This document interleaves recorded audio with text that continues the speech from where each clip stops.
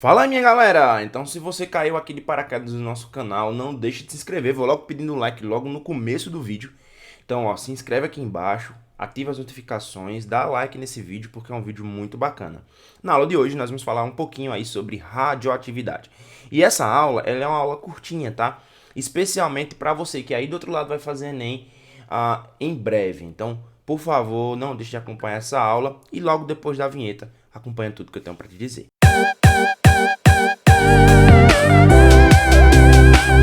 Nós vamos falar um pouquinho sobre a radioatividade. Então, acredito que todo mundo que está aí do outro lado já deve ter visto alguma coisa acerca de elementos radioativos, ou falar de radioatividade aí na escola, ou enfim, em qualquer lugar. Então você deve ter ouvido falar sobre esses elementos radioativos e você deve saber que a radioatividade é um fenômeno, tá? Esse fenômeno acontece a nível nuclear. Por quê? Porque dentro do núcleo nós temos aí duas partículas importantes, os prótons e os nêutrons.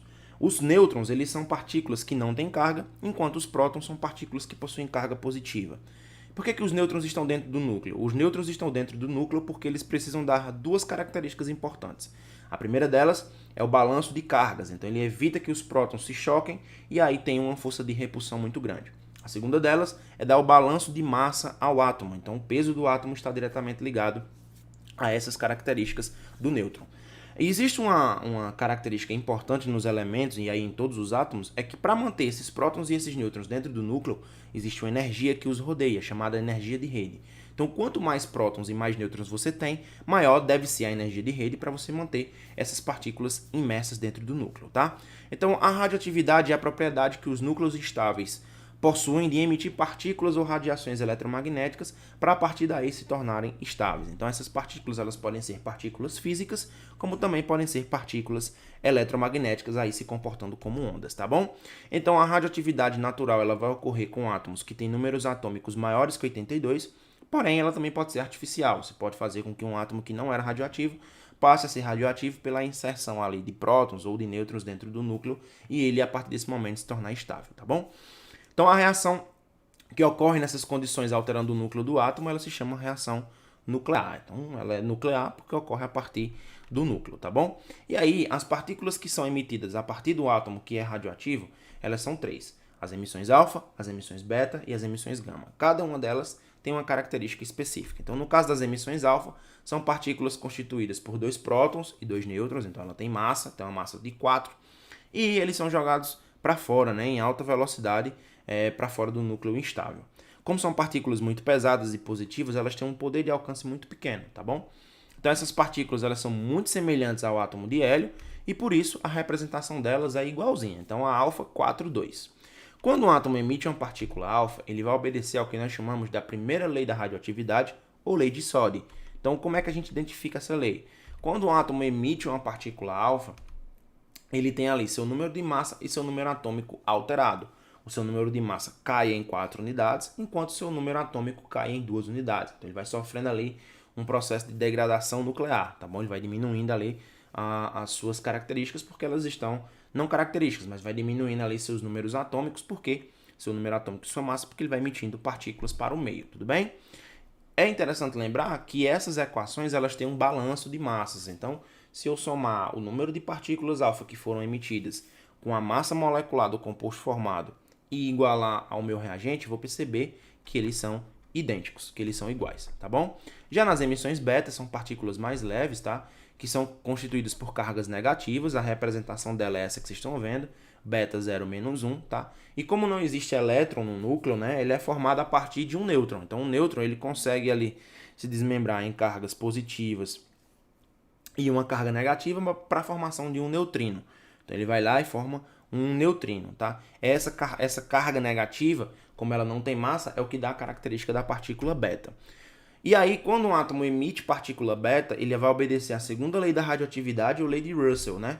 Essa lei diz o seguinte, que quando um átomo emite uma partícula beta, o seu número atômico aumenta em uma unidade. Então, por exemplo, o bismuto ele sai de 83 e passa a formar o polônio, que é 84. Lembrando que nesse caso, quando ele emite somente partículas beta, ou somente uma partícula beta, né, ou várias, ele vai formar isóbaros. Então, nesse caso, o polônio é isóbaro do bismuto, pelo fato de possuírem o mesmo número de massa e serem átomos diferentes, tudo bem? Lembrando também porque eles obedecem o mesmo balanço de cargas que nós comentamos anteriormente, tá?